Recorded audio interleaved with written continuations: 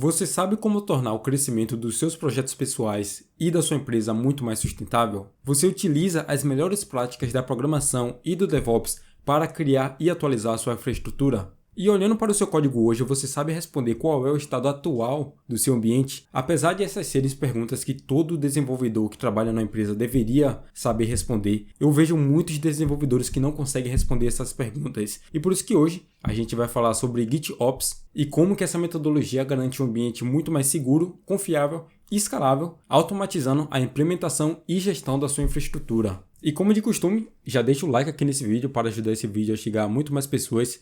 E também, se você é novo por aqui, se inscreve nesse canal para não perder nenhum vídeo sobre desenvolvimento e arquitetura. Então bora para o vídeo aqui. E antes de falar de fato sobre GitOps, é importante a gente entender como que funcionava ou ainda funciona a abordagem antiga, como a atualização da infraestrutura e dos ambientes eram feitas, que dessa forma fica muito mais fácil para a gente entender o problema que a abordagem GitOps resolve. Então esse era o fluxo antigamente, entre aspas, porque ainda tem muita gente que utiliza essa abordagem e você já vai entender o problema dela. Essa abordagem de configuração de sistema é tipicamente baseada em scripts imperativos, que são basicamente uma sequência de etapas para configurar o sistema a atingir um estado desejado. No melhor dos casos, essa abordagem vai ter um pipeline definido, mas tem muita gente que ainda faz isso de forma manualmente. Então, quando há uma mudança no código, essa pessoa vai jogar suas alterações na branch principal, vai fazer um SSH para entrar na máquina virtual que está hospedando aquele serviço e vai rodar ali os comandos manualmente para instalar as dependências, puxar as alterações e atualizar o código. No caso do Node.js, por exemplo, você iria rodar um apt-get update, fazer um git clone do seu repositório, rodar um npm install e depois o npm start para atualizar o seu ambiente. Assim você tem seu código atualizado com a nova versão, mas isso aqui já deixa claro que pode trazer vários problemas para o seu ambiente, sem falar que você tem que criar seus componentes manualmente. E se você está trabalhando com múltiplos environments, como por exemplo Dev, Stage, Prod, você tem que fazer essa operação pelo menos 3 vezes para atualizar cada um desses ambientes. E comenta aqui embaixo se você já utilizou essa abordagem para fazer a atualização do seu ambiente, ou se você conhece alguém que já utilizou esse mesmo approach. Então deixa aqui nos comentários para eu saber se tem gente que já passou por isso. Nesse caso aqui, essa é uma abordagem muito comum de se ver em algumas pequenas empresas e até empresas de médio porte, eu já vi acontecer.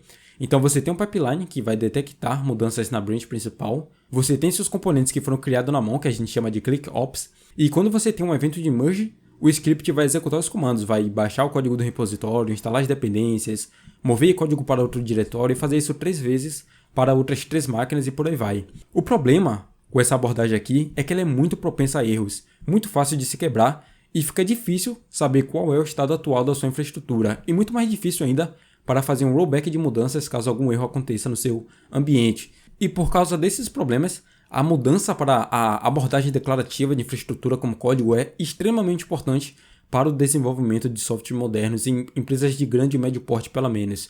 E dependendo do caso, é até vantagem também para empresas de pequeno porte utilizarem essa abordagem. E agora que a gente entra no conceito de GitOps, que em poucas palavras seria infraestrutura como código, mas calma aí que vai muito além disso, bora explorar mais esse conceito. Então o GitOps é uma evolução da infraestrutura como código e uma prática recomendada do DevOps que utiliza o Git como a única fonte da verdade em um pipeline para criar, atualizar e excluir os seus componentes da sua arquitetura do sistema. E existem várias ferramentas hoje que permitem você criar infraestrutura como código, como por exemplo Terraform, o Ansible, Serverless Framework, CloudFormation, Crossplane e outros diversos frameworks por aí. Então tem diversas formas de adotar essa estratégia, porém não é simplesmente utilizar a infraestrutura como código na sua empresa que você está adotando GitOps, não é bem assim. Por exemplo, mesmo que você utilize Terraform para criar a sua infraestrutura e você tenha esse código no Git, somente isso não vai ser suficiente se você está rodando tudo no seu localhost, os comandos para aplicar essa mudança. Então você tem seu código aqui de infraestrutura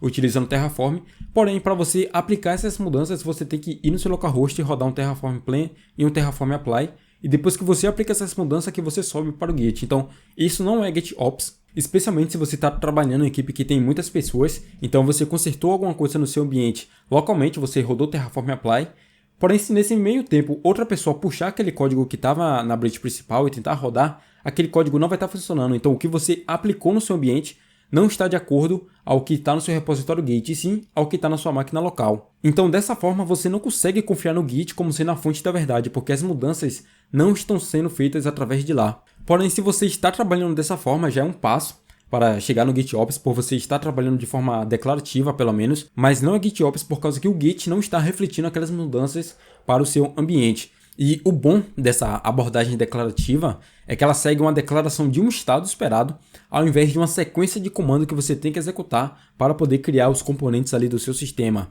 Então, o estado do seu código no Git é esperado que esteja refletido no seu ambiente. Então, por isso que o GitOps utiliza a infraestrutura como código também, porque o código que você tem no Git é esperado que esteja refletido no seu ambiente, e dessa forma fica muito mais fácil e simples saber e entender o que está no seu ambiente. E é isso que a gente chama também de estado consistente. Outra coisa que é muito importante no GitOps é a prática de se utilizar pull requests para verificar e implantar automaticamente modificações na sua infraestrutura do sistema, que seria basicamente as formas de pipeline utilizando push-based ou pull-based, que a gente já vai falar mais sobre isso. Então, bora começar a entender aqui como é que essa abordagem GitOps de push-based funciona. Então, esse aqui é o caso de uso mais comum de você ver em uma empresa de médio e grande porte. Então, como é que funciona? Você tem aqui seu repositório, GitHub, hospedando todas as configurações, utilizando a infraestrutura como código, hospedando todas as configurações de como é que está o seu ambiente atual. Então, você está utilizando o Terraform aqui, e aqui nesse código do Terraform você define que você tem tantas instâncias EC2, você tem seu cluster Kubernetes, você tem seu banco de dados com todas as configurações que você pediu. E aí, o que acontece, né? Aqui, a gente confia que o seu repositório está contendo o estado atual que você tem refletido aqui na sua cloud. Como é que funciona o processo de alteração aqui do seu ambiente? Você tem um autor aqui, um desenvolvedor, ele faz o pull, né, faz o clone aqui desse repositório, faz as mudanças necessárias para fazer a atualização, vai criar um pull request. Aqui nesse estado tem várias séries de governança corporativa que várias empresas utilizam, como code review, precisa de 2 code owners para fazer o review daquele código antes de aprovar. Você tem os testes de CI, que vai ser executado antes de fazer o merge. Você tem linters rodando para verificar se aquele código está legível o suficiente de acordo com os padrões da empresa, e várias outras séries de fatores que aí entram no conceito de governança corporativa. Então vai fazer todo o planning aqui para verificar se isso daqui vai conseguir rodar de forma successful. E aí, quando termina o planning e tem todos os checks de governança corporativa dando match e passando, aí sim esse desenvolvedor pode fazer o push, né, para mergear as atualizações dele para o ambiente do repositório aqui da branch principal. Aí sim vai rodar esse código aqui de deploy. Nesse código de deploy vai ser basicamente o Terraform Apply para refletir as mudanças na cloud. Então é assim que funciona um pipeline tradicional. Então o motivo disso aqui ser GitOps é porque o seu repositório, né, utilizando o Terraform ou qualquer outra ferramenta de infraestrutura como código, contém todas as configurações que estão na sua cloud, né, no seu ambiente de cloud, tem todas as configurações de EC2, como é que está o tamanho do banco de dados, o que é que contém os node groups do seu cluster Kubernetes, e o mais importante, todos esses deployments são feitos através de pull requests. Então, é o pipeline que vai executar as alterações aqui que você tem no seu ambiente de cloud. Não é você que roda no seu localhost Terraform Apply. Então, dessa forma, a gente consegue confiar que o repositório, a branch principal que você está utilizando, contém as configurações e os componentes que você tem no seu ambiente de cloud. Então, esse daqui é o primeiro comando que a gente tem, né? A primeira forma que a gente tem de utilizar GitOps nesse formato de push-based, essa é a forma mais comum. Porém, tem outra abordagem que várias empresas estão utilizando hoje em dia, que é mais confiável do que essa abordagem de push-based, está se tornando muito mais popular nos ambientes de enterprise, que é esse formato aqui de pull-based. Se você não conhece nada de Kubernetes, não tem problema nenhum. Você não conhece nada de Argo CD ou Kubernetes. Para fins didáticos, Kubernetes é apenas um orquestrador de container e a gente tem o que chama de pods. Para fins didáticos, a gente pode imaginar aqui que um pod é um container e o Kubernetes ele orquestra esses containers. Então, o que é que está acontecendo aqui, né? Qual é a mudança daquele formato de push-based para esse formato de pull-based? Então você tem seu repositório aqui, que contém o seu código, o código do seu microserviço, e além desse código do microserviço, também contém os arquivos de manifesto do Kubernetes. Então tem empresa que utiliza repositórios diferentes para isso, mas para caso de uso mais simples, vamos dizer que está tudo aqui dentro do mesmo repositório. Então você tem os arquivos de Kubernetes lá, que basicamente vai definir declarativamente como sua aplicação vai ser feito o deploy, qual imagem que vai utilizar, qual versão daquela imagem, qual as variáveis de ambiente e assim etc. Então como é que vai acontecer aqui? Você tem a mesma forma que você tem no outro comando de PostBased, você tem os changes que você faz aqui quando você faz o clone desse repositório. Para refletir essas mudanças, você vai criar o pull request, você vai rodar todos os testes de CI e aí você vai fazer o push para esse microserviço depois que todos os testes estiverem passando de forma sucedida. Então, depois que você fez o merge das suas alterações aqui no repositório, como é que vai ser refletido essas alterações aqui no seu ambiente? Então, é aí que entra essa ferramenta.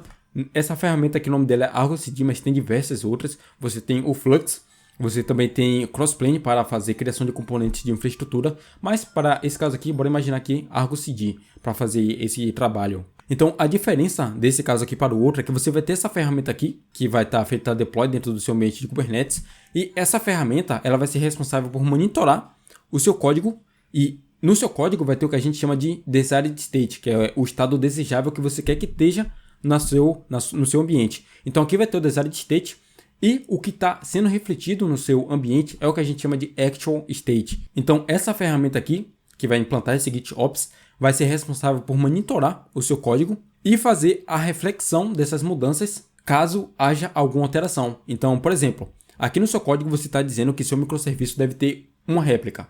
Você tem uma réplica aqui do seu microserviço, porém, você percebe que para caso de uso de prod, agora você quer atualizar para 2 réplicas porque você está tendo mais workload aqui no seu ambiente de produção.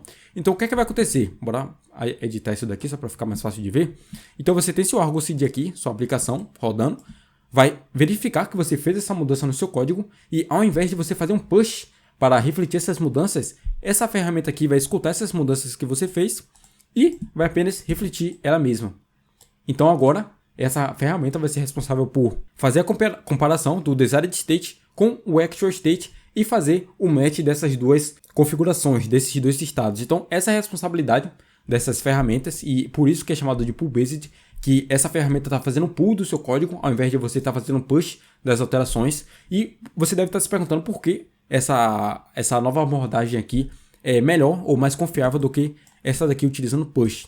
E a grande diferença é o seguinte, aqui, uma vez que você faz o push dessas suas alterações, você não tem como garantir que as suas alterações eventualmente vão estar da mesma forma que o seu repositório. Porque, por exemplo, vamos dizer que um desenvolvedor irresponsável deletou o banco de dados que o seu Terraform criou. Como aqui acabou a conexão do seu Terraform e do seu ambiente com a sua Cloud Provider, não tem como você identificar que está tendo essa diferenciação e não tem como você fazer essa correção. Só depois que fazer o merge de novo de outro código que aí sim vai identificar e fazer aquela alteração. Mas se eu manualmente chegar aqui e deletar esse banco de dados, nada mais vai acontecer.